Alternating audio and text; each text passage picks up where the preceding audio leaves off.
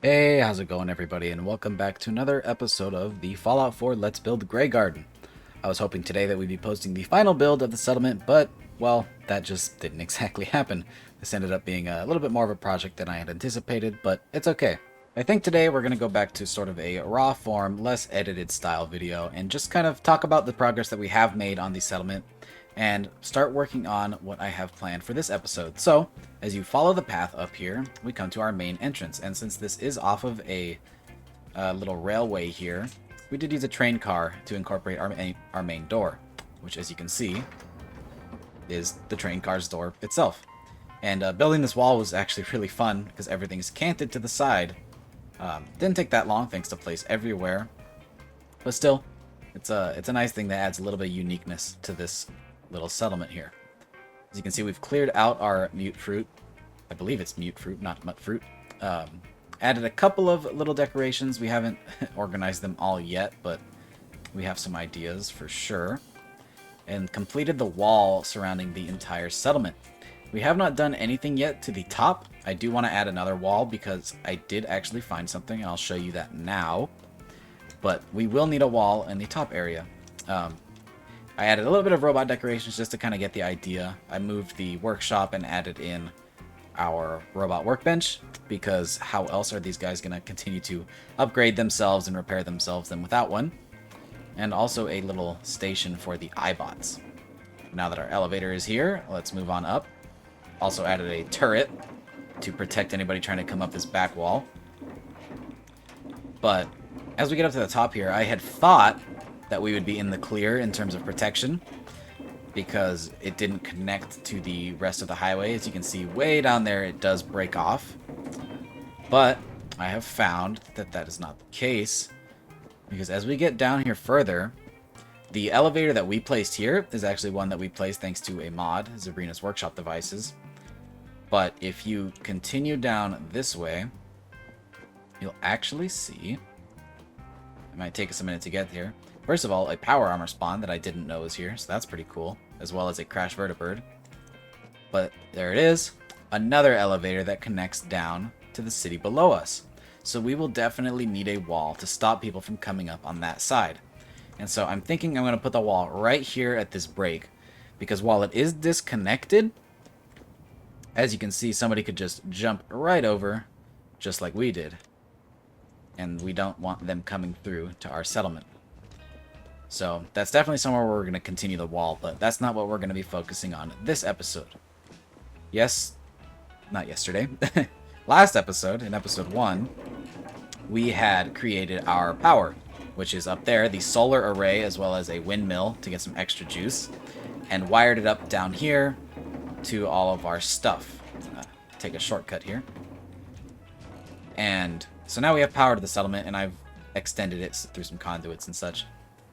But now I want to add our supply of water, because this is going to be a garden and farm focused settlement.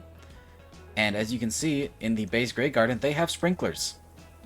And I've looked all around these pipes and I can't see a source point aside from right where they connect into the ground. So we're going to set up an actual irrigation system. So right over here, we're going to start by using the warehouse sections, not prefabs, and we're going to create our own little pump house, and then from there irrigation for the rest of the settlement. So we're going to start with a foundation, of course, and we are dealing with some pretty uneven ground here, which is kind of rough, but we'll just have to make it work, I suppose. Yeah, so it will be lower, and maybe the entrance will actually be on this side. And if you've been watching the building tips, the build school series that we've been doing, I'm going to try to take some advice from myself and not make it so boxy, because it's really easy to just fall into that same style over and over and over again. Especially with these warehouse sets. Like, they just look nice already as a square, so why change it? But we'll do our best to make it a little bit unique. We're going to start with a box frame, much like I said in that series. Now let's add a little half wall right here for maybe a storage place. And then I think most of our unique shapes will be vertical. And then maybe another little set of half platforms here. And we'll get some ramps for the rest of it. And I think we'll put ramps on the whole bit, because I'm trying to use ramps more than stairs, because a lot of our guys are Mr. Handies, and so they gotta float up. Not that it would probably make that much of a difference, but it might help with the guys that have like these Securitron tank treads. We're gonna scale all of these up, and then push them all down. Is there a better way to do this? Doesn't seem like it. Let's increase our movement step to 5. Okay, 1, 2, 3, and then over 2. 1, 2, 3, over 2. And then 1, 2, 3, over 2. 1, 2, 3, over 2. Perfect. There. Now I've got a ramp all the way up. And it might look a little bit weird right now, but hopefully it'll make sense in a second, because we are going to use the big powered door right here. Always really like this one. And it's hard to incorporate it all the time. And you know what? Maybe a little offshoot to the side would be cool too. So we'll use like one of these floors right here.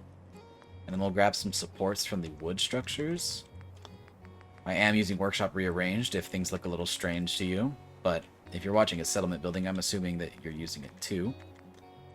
Supports, that's where we need to be. Large supports, and there it is. Come on, snap again. You were right there. I just wasn't quick enough. Oh, right there we go. Okay. So yeah, maybe we'll do a little door right there. And while we're in wood, let's grab some stairs. For that. I have the vision in my head. It may not seem like it, but it's there, I promise. Back to the warehouse. I say that I want to make this not so boxy, but man, it is hard. It really is, but we'll figure it out. The door right, or a wall right there, and then the regular door right here. Do the one with the hole in it. Looks nice. And then the roof, obviously. How do we make this look special? Maybe we should have used something like this. Honestly, the prefab is pretty good looking. What if we were to throw something like that on top? That actually doesn't look half bad, but I don't want to just straight rip it. Instead, we're just going to take some inspiration from it and build a unique style roof. Okay, luckily they have these pre-made roofs here. That helped me out without having to find all the extra pieces. Then we're going to throw down 2 of those because we're going to use them again. Then we're going to grab some half walls. Have a little bit of an idea. Maybe we could even throw a roof on. Or not a roof, excuse me, a window. Here. To let some light into this facility. Come on. There we go. We'll do it on all sides and just see how that looks. Well, at least all of the exterior sides. This... Dang it, wrong button. The interior one is going to need a regular half wall, if I can find them. There we go. There and there. Turns out we're going to need more roofs than we thought. It's in the prefab section, right? Let's see how this looks. Oh! Okay, we're going to have to hand make these ones. Because we're going to need a wall on both sides. So I think it's actually at the end of the wall section for whatever reason. They put that there. It should be in the roof section, but hey, that's fine. Put it like that. And put this one like that. And then grab our roofs. And wood. And we'll do a broken one on this side. There. That breaks up the boxiness just a little bit. And you know what? It may not be in Workshop Rearranged. Oh, it is. Cool. So we're not going to use these. Because these exist. And they're super cool. There we go. That opens it up way better. How does it look from the outside? Pretty nice. I like that. That's a cool shape. Alright. I dig it. And we're going to have to run power to that door as well. I'm gonna have to remember how to set up the switches, but yeah, that looks pretty good. Maybe we'll also add some railings from the concrete section. We'll do the little rails on the side here. And then now we have a nice loading bay on that end. And then this side, I'm actually going to use a wooden structure, I believe. One of the prefabs. No, it's one of the outer walls. These ones. We can find the one that I'm thinking of. There should be one without any wall. It's just a frame? I guess not. Closest thing is the half wall. This one. And then it should snap for me. There we go. Just like that. And then we'll push it down one so it doesn't Z-fight. And there you go. Now we have a nice little offshoot on that side. Not a whole lot we can do over here, but we will definitely add some deco in the future. And now we've got a cool little pump house. So the next step is adding in our water. So let me find the right menu for that and we'll be back in just a second. Okay, so for starters, using CVC, I found this water silo, which I really, really like. And it does have a base to it, but we're just going to sink it in the ground far enough that that won't matter. Using place everywhere, just shove it in there like that. And then ta-da. If we can get a nice... right there. That looks good. Yeah, that helps a lot. Okay, so that's going to be our water reservoir. So that's where we're storing it. But we need a way to extract it. And I know that this does produce water, but aesthetically I like it more of like a storage tank. So, again, quick cut. We're going to be back when I find exactly what I'm looking for. Alrighty, so I found what I was looking for, and it was in Woody's Wasteland stuff. This is the one that will actually connect to irrigation here, except that is not going to fit in our building, so we're going to do a bit of a workaround. What I'm going to do is take our vanilla water pump from, well, not vanilla necessarily, but the DLC water pump from the Wasteland Workshop, I believe, and we're going to scale it up to a pretty sizable water pump, so make it a good bit bigger, and then we'll sink it into the ground like so, just so that that concrete base isn't showing. And that's going to be our water pump. And then we're definitely going to add some decorations in here as well. Most of those are going to be coming from CVC. And then the irrigation is going to be coming from Woody's Wasteland Workshop. Or Woody's Wasteland Stuff, whichever it's called. And the irrigation itself is going to be coming out here. So I'm going to lay the foundation down for that really quickly. And these will all snap together nicely if I can turn snapping back on. We're going to follow the... I guess we want to go in the middle, huh? Because that's where the crops are going to be, is actually like on those hills, those mounds, rather. We're going to pop that up. Snapping on.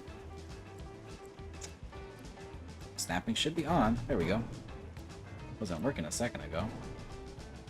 So that's one line. And then we're going to have a turn. And then another line. How long does it need to be? That's a bit too long. It's a bit too short. There's no in between, is there? Okay, so it's going to have to be one of these, and then a T-joint here. That goes into the ground. We need this T-joint. Okay, but not placed like that. Like that. There we go. And then it's okay that the dirt goes over the pipe a little bit. I'm gonna grab one of those again, and then a corner joint. I think they're actually back here, right? Yeah, like that. And then our long ones again. We'll do 3 and 3. Here, here, and here, and then here, here, and here. And I wish there was a way to add ambient sprinkler effects. I guarantee there's a mod that does it, but I can't think of one off the top of my head. But if I can find one, best bet that it will be added. And then we're going to come up with the same joint system that we had over there with these ones.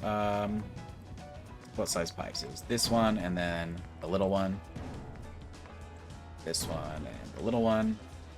And then we grab that T-joint again, like that, and we're actually going to replace this corner with another T-joint. Won't rotate the right way. There we go. And then we're going to have that head all the way over to our water reservoir, and then from the reservoir to the pump itself. And then we'll probably call it a day, and I'll maybe cut to me after some decorations, because this video is already getting a little bit long. So, we'll do a valve right here. I think would be a good idea. So we can shut it off whenever we need. And then there needs to be a way for these pipes to be supported, because they are floating a little bit. But I'll come up with that in the future. That's a future me problem. We're not going to worry about that right this second. I'm going to take a little pipe here, and I want it to go up. Actually, we'll do that. That'll be one of the supports right there. It goes down to the ground like that. To go up. And then we need a corner. One of these ones. And now we can start to head out this way. We're going to start with a smaller one and do a T, just to give it some support.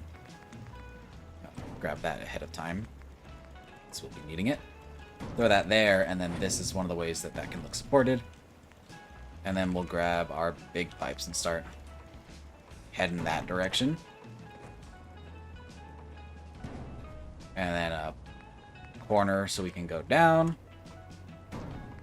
And then a long pipe going down. That's too long. That's almost too short. And we're going to want it to connect just honestly straight into this pipe like this. I'm not a plumber, so I can't guarantee that this is exactly how it would work. But it'll look close enough.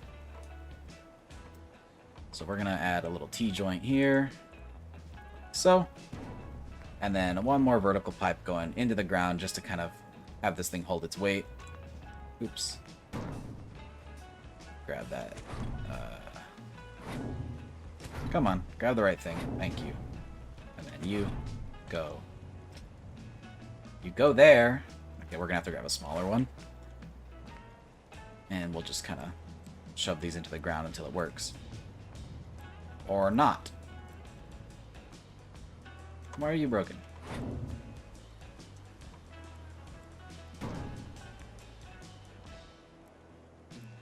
No, like seriously, why are you broken? Work for me. Okay. Oh. Is that the problem? That was the problem. Okay, that's fine. Made it work in the end.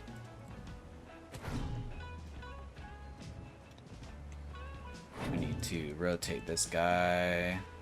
Get back to your spot, and there. That looks good. Okay, sorry that took so long. These things can be a little bit finicky sometimes.